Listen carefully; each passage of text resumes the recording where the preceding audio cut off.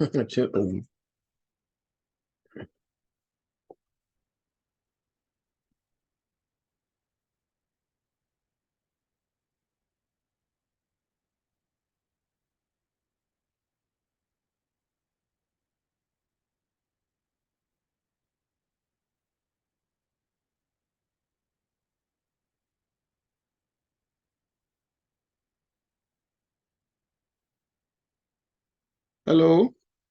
Hello, how are you? Good. How are you? Good. I'm checking off their names. Just give me a few minutes to make sure I have everybody's name here, and then we can begin. 7H, Macmillan. All right. Excuse me. So I will begin by showing you what is due this week. The class is right here. Okay, this is my announcement. As usual, this week you read a chapter for the week, and if you have the time, you can also read the PowerPoint. Okay, 1 minute. Then um then complete the homework for the week, homework 5. And you can access all these through your modules. You go to modules, click on modules, and then go down to the week. This is week 5, and you can access all this from there. Having said that, we can now begin. Today we'll be looking at, I think I opened so many pages. I'm gonna close this page. Okay. Today we'll be dealing with the ethics. I want to make sure. Okay, good. We're dealing with leadership ethics. Now, when we say ethics in business and in other disciplines, when we say ethics, then we are thinking about something like we're thinking about morality. What is morally wrong? What is morally right? So ethics, in other words, means a branch of philosophy that studies the intent, means, and consequences of moral behavior. So whether in the business field or in the politics, education, and every other discipline, this is what ethics is about. Morally right, morally wrong, etc. Now, the word ethics we derive came from the Greek word ethos. Ethos. The Greek used this word to explain a person's fundamental orientation towards life. But then, as we all know, some human judgments can be factual. I mean, for example, the idea that the earth is, like an orange, have the shape of an orange. Then some human judgment can also be more of an aesthetic. Aesthetic have to do with beauty. This is a beautiful house. Oh, this house is good, but not as beautiful as the other one. Example. Now, others can be moral, have to do with moral. In other words, honesty, integrity, staying away from crime come to to mind when we're talking about morals. Okay. Now, let's see. Other things we need to know about the concept of ethics. I think I have said it before in a different way. We have things like I have mentioned morally wrong and morally right before. So what I'm going to do now is to say that moral judgments have to do with right and wrong, which is good and bad, right and wrong. For example, in this day of social media, if somebody do something, and of course, social media and camera around, people can just, and the age of smartphone, people can just capture a picture of, especially when it comes to when what happened last week. I think was it last week? I think it was last 2 weeks when some police officers were attacking a young man who does not even have a criminal record, very irresponsible young man, and he worked for FedEx. He was just minding his business, and even if he committed a crime, the way they were beating him, 5 police officers versus 1 person. So somebody captured it on the video, and then it was shared on social media. So now people start saying their views. Is there, every day we see that kind of thing in social media where people now air their views about some action or behavior of some people. So our social media is filled. Social media feeds are overflowing with criticism and condemnation. Then we have people who gossip at their workplace. Such gossip can also threaten people's career and even their psychological well-being. Maybe working in a place, but if you're not somebody who have developed thick skin for gossip, especially the one that can be very frustrating, it might affect you psychologically. And once you are affected in that way, you might start making a lot of mistakes at the workplace. Demi Lola, who is Demi Lola? I'm trying to figure out. Okay. Let me try anyway. Now, how about this? Now we see that it is no longer a new thing that those who make some moral judgments don't always conform to moral norms themselves. We have seen it happening everywhere. Was it, I think it was 2 days ago, they were talking about a teacher in Baltimore County, I believe, who was sexually abusing some teenagers. Those are not even up to 17 years. So of course, it's not that a teacher is seen as somebody who is I call it a model for children, somebody who children look up to, and somebody who teaches them the right and wrong. Now you see that teacher, doing something that is against, or that the sharp contrast of what he was teaching them.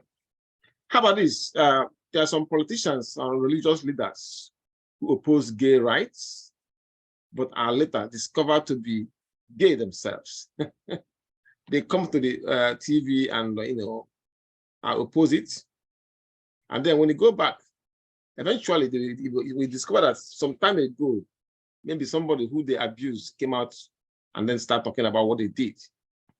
There are some priests who were, recently found to be guilty of things like that. Yeah. So these examples and others make it clear that moral judgments can be a bug in the code of society, but it is a good thing that we have ethics, because in as much as human beings are not perfect, but at least having this kind of a discussion or having a code of conduct at office make people to know that they are they can be held responsible for their behavior. And that will make them, at least it can reduce the level with which things like this happen in the society. Yeah. Which lead us to ethical leadership. When we say ethical leadership, we are referring to things like integrity, respect, trust, fairness, transparency, and honesty. So, in other words, it means that individuals behave according to a set of principles that I just mentioned, principles and values, some of which I just mentioned now. So these principles and values are recognized by majority as the sound basis for our common good. So in other words, ethical leadership has a lot to do with conscious decision. Now, given the type of scandal we have, both in business and for not-for-profit agencies, it is not surprising why we have a lot of interest in this area. In other words, there have been a lot of high-profile scandal in business and government. So it is very natural that interest in the nature of ethical leadership has continued to grow significantly. So when it comes to things like ethical leadership, there's a common theme in regards in that. I mean, when it comes to ethical leadership, and that theme is the need for leadership that is based on honesty, service to others, and moral courage. Now, let me show you a few of these scandals that I was referring to. I'm going to open a web page where some of those scandals, the nature of those scandals, we are summarized. So you can now see for yourself why the interest in the nature of ethical leadership has grown significantly. Let me take you to that page. I hope it will be open for us. Okay, let me say it's here. And then here, some of them you've seen. There are many of them here, but I'm going to pick up a few of them that are common to that we can, that we know. I believe most of us knows about, like Wells Fargo. This one happened in 2018, and it was written here that Wells Fargo was embarrassed again after it was revealed that more than 100 employees of the bank created fake profiles to file fraudulent application. Their goal was to benefit from the Small Business Administration Relief Program. Now, as a matter of fact, this one happened recently. The first one happened in 2018 when it was discovered that some employees at the bank opened fake accounts using their customer's name. Now, the current one here is one that happened in 2020, I believe. So the relief program was created during COVID-19 pandemic to help businesses that were forced to close down, or to help them, or businesses that were forced to reduce their business practices. So for the Wells Fargo's some of their employees took advantage of that paycheck protection program or relief program. I encourage you to read more about this, so you can explore to research it again. So read more about it so you can see the nature of the violation. But the one they did in 2018, it was fake account. I mean, they paid fine they were fined by the regulators. But one thing we have to realize that so long as we have people who have intention of taking a shortcut to wealth, things like this will happen. However, if you don't have some kind of consequence in terms of fine, steep fine, the frequency with which things like this will be higher than it is today. There's one about Tesla. So I recommend that you read some of them. Even Zoom have its own share of ethical violations. Yeah. So I'm gonna go back to our classroom. Now we have moral dilemmas. Let's go to moral dilemmas. Now, according to published evidence, moral dilemma simply means a conflict situation where we have to choose between two rights or goods, two rights or two goods, such as honesty versus loyalty. Suppose that maybe you work for a good boss, and you want to be loyal to your boss, but you notice that your boss is maybe doing something that is unethical. Now you are put on a spot to choose between exposing your boss, which is a good thing to do, or being loyal to your boss because your boss trusts you. Yeah, this kind of thing can lead to ethical dilemma. How about this? Individual versus group. Are you going to be more are you going to owe your allegiance to your individual or to a group? Short-term versus long-term justice. Short-term versus long-term, then justice versus mercy. Like somebody committed a crime and there's a punishment for that crime, but you say that you don't want to be harsh, too harsh, because you want to have mercy on the person. But then having mercy on the person, let's say that the crime is supposed to carry the sentence of 5 years, and you reduce the sentence to 1 year, then because you want to be merciful to the person, that might cause the person to repeat the crime again. If you watch the news, the previous state attorney, I think her name is Mosby, was being criticized in many places for being too soft on crime. That will give you an example of a situation where there's a moral dilemma. Is she going to say what the justice says about this, the penalty for this crime, or is she should be merciful to the criminals? You know, to not be so tough on them, trying to be good to them, or should he do what the justice is saying? So many critics were saying that she is too soft on crime, and that is why it was almost like a revolving door. There has been a repetition of the same crime over and over, and the homicide rate in Baltimore keep going up. So that kind of thing. So we talk about moral dilemmas, which means that when we say moral dilemma, it is a conflict. Moral dilemma is a form of conflict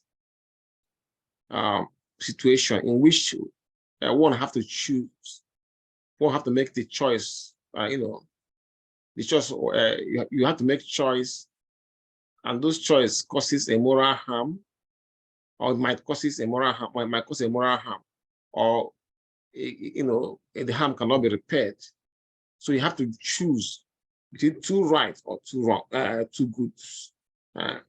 One is morally wrong, or one is morally right, but not justified when we look at what the Constitution says.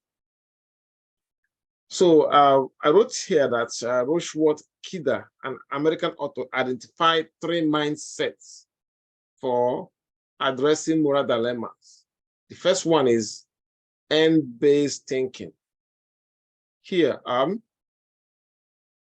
we are looking at doing what is best for the greatest number of people. What is best for the greatest number of people? Okay. Now, how about the second one is rule-based thinking. We are looking at following the highest principle or duty. Then the third mindset is care-based thinking, which involves doing what you want others to do for you. You have another name for this mindset is the golden rule. So now we can take a quick look at some of the examples of moral dilemmas. How about this? Having to choose between saving a dog from fire or saving your sister. So you have this dog that you like so much. Then you have your sister that you also love so much. Now there's a fire hazard. The dog is in the basement. Your sister is, upstairs.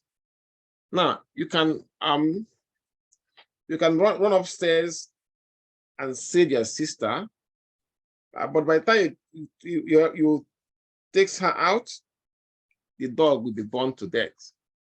Then if you decide to go downstairs and save the dog, by the time you're out, your sister is gone.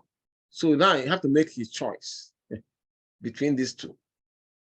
Another example is it's called a classic lifeboat dilemma, whereby there are only 10 spaces in a lifeboat, but there are 11 passengers on the sinking ship. So what are you going to do? How do you decide who stays and who dies? I'm sure that some of you have watched this movie, Titanic. That was a kind of moral dilemma they did there. They have to save some people and let others to die. I mean, there's nothing they can do. It's not like this day and age where they might use flights, airplane to rescue some of them. So eventually they have to choose to. I think they took the women. They saved the ladies out first. Oh no, and those who can afford it. Bottom line is that some of them have to die in that movie. That movie is so emotional. But it will tell you it gives a classic example of moral dilemma. So there are other things we need to know about moral dilemma. The first one is that when evaluating moral behavior, doing harm is usually viewed worse than allowing it. So, and the commission is usually judged more harshly than omission.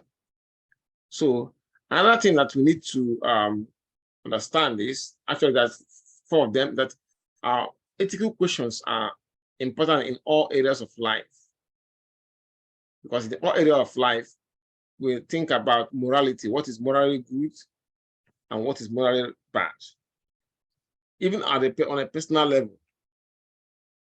Then aside from that, there are many ethical problems common to workplace, things like issues of equality, of quality, what you are advertising as your product. Does it have what you claim that it has? Okay, if you claim that seat belts that you make reduces the severity of injury in during accident, are those claims actually true? Or usually, I think I don't know if they still do it now, but I remember in those days, by I think from 12 midnight or 1 a.m., there will be so many advertisements. They call it information about different products, and the sellers will be demonstrating how those products work. They might bring a pill and say, this pill, if you take this pill for 1 month, you will lose your weight. You lose 50% of the 50 pounds within a month, and then they have all kinds of products that they promote. Are they true? Yeah. Then how about this safety? I have already mentioned safety with seatbelts. Then property and human relationship.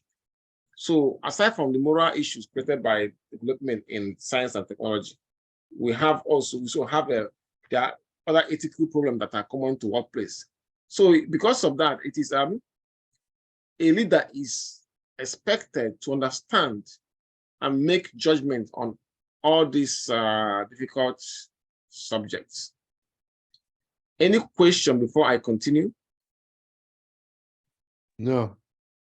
Okay, good, excellent.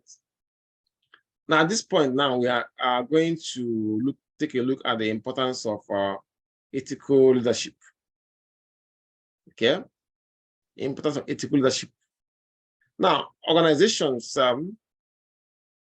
these days are very concerned about how to make sure that their employees follow some kind of code of ethics in all their interaction with their customers and with their fellow employees. So one of the first benefits of having that kind of code of conduct or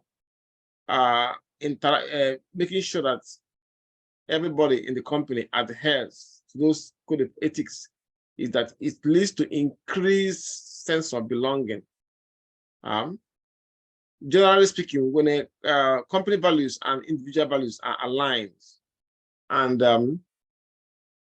the people that work for that company, or even a non-business, a government agency, or just a non-profit, as long as that ethical principles are adopted, then everyone general well-being will increase. So this kind of thing creates a positive atmosphere at work, and this reinforces and fosters ethical behavior. The final result is that there'll be it will create a vicious loop where everyone feels at home and in the right condition at the office or at their place of work. It also leads to improved relationship with customers. When customers are treated right, then they bring you, they give you their business. So if you don't want to have a company whereby you make one sale and you don't, there's no repeat customers. That means you keep looking for new customers all the time. If customers are treated in a good way, in a way that is morally good, of course, I know that we have good customers, have bad customers.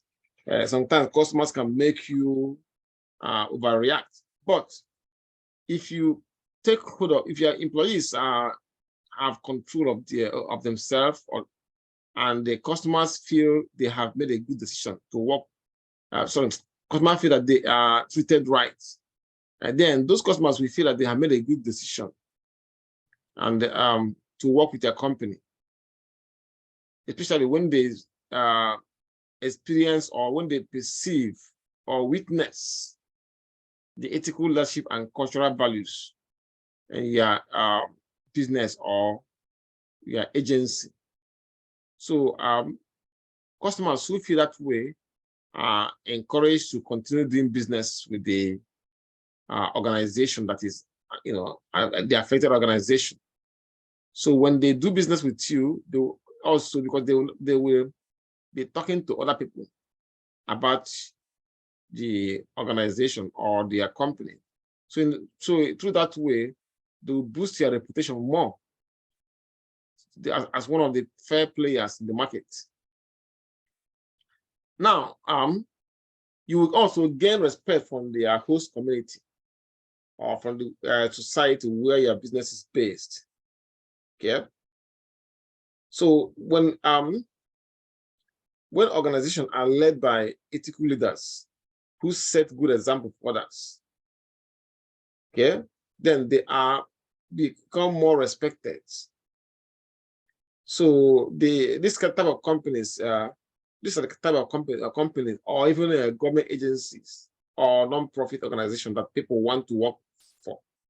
They are the kind of government agency or businesses or for profit that people want to do business with or emulate in their own company. So that you are trusted. I mean, it's human nature. Everybody wants to do business with somebody they can trust. So naturally, this you create, by doing that, you actually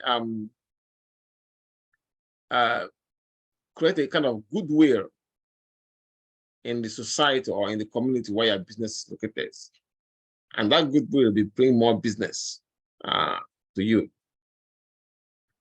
Next one is the loyal employees. When leaders are fair and just, team members have one less incentive to move elsewhere. Yes, you are fair, you are just, you treat everybody fairly.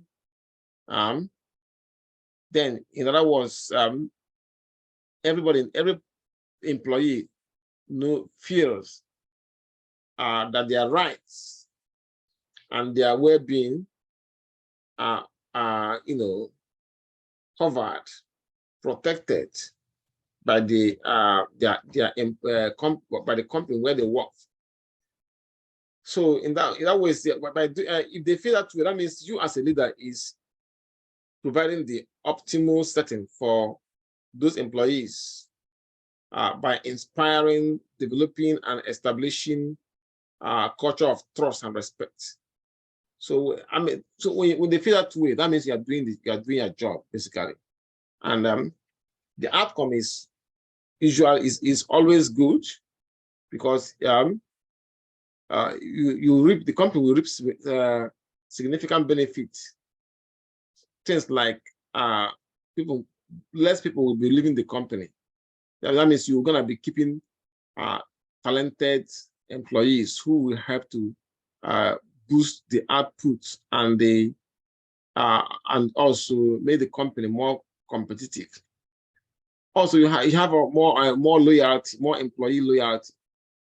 But usually, what happens in some corporations, that when they see that these employees, let's say Apple and Microsoft, Apple might feel that okay, Microsoft, this guy working in Microsoft have a lot of skill. They would like to push him or push her. I mean, offer him or her a big amount of salary package so that he will leave Microsoft and cross over to Apple. So, but when you are, if Microsoft is a company where the employees feel that their management are very ethical and are really involved in making sure that they enjoy a cordial relationship at the workplace. The Apple may not be able to steal that talented employee. So in other words, the benefits are like things like lower turnover, higher productivity, and loyalty. Another one is the company will now have a experience or enjoy higher stability on the market, because they will be at lower risk of sudden crisis due to internal factors. Yeah, because if for some reason, like when Fargo or even Volkswagen, there was time Volkswagen, they have this emission, that's a software that make all their cars to pass emission tests, even though they are not, they'll be polluted, they are polluting the environment. But when you take the car to the place where they do emission tests, the software will just change, and will be making sure that the readings, or maybe it's that the car is polluting less during that time of inspection. So it was discovered. Most of these things can be done, found out by somebody, basically snitching on the company, or what they call there's a technical term they use. They call it, if somebody saw bad things going on in the company and went public with it and speak out. There's a term they used to call it. Yeah. So that can bring a lot of whistleblowing. Whistle blowing, exactly. Whistle blowing. That will cause a lot of disruption in the company's operation. But if the company is ethically adhering to all the relevant ethical principles, such thing cannot happen, and that means there'll be a stability on whatever they are doing. So they'll be at the lower risk of sudden crisis due to internal factors, which are, of course, are not appreciated by the investors. Another thing, the last outcome. Excuse me, something just came up. Let me get it out of the way. So the last thing that they enjoy, or the last benefits, is higher motivation. In which a team member knows that the company is operating ethically, and then for the benefit of the greater good, they will want to do their part, a form of being some type of partners in progress. Okay, this company is doing everything right. Reward system is good. No employees are not intimidated by management, and etc. They want to do their best, and they are motivated to say, okay, let me be part of this good reputation, and then that made the company or the business to keep going, growing bigger, more competitive, much more respected by the host community. Now, let's see if we have ethical dilemma. We'll look at ethical dilemma. We'll come back. We have 3 minutes left. We can achieve actually 2 minutes now. We can't achieve much on this, so I will have to time us out. I don't want to rush this. Then you wait for 10 minutes and then log back in using the same link so that we can now finish up. Okay.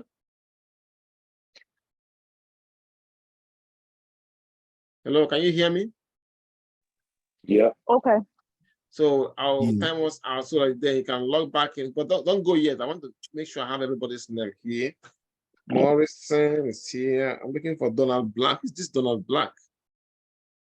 And Demi Lola. Who is Demi Lola? Can you hear me, Mr.? What's your full name? Demi Lola. Agoro, last name Ejiro. Oh, I think I have it. Okay. Okay, good. I have Amado here. All right. So I can now time us out. See you back here in 10 minutes, okay? Okay.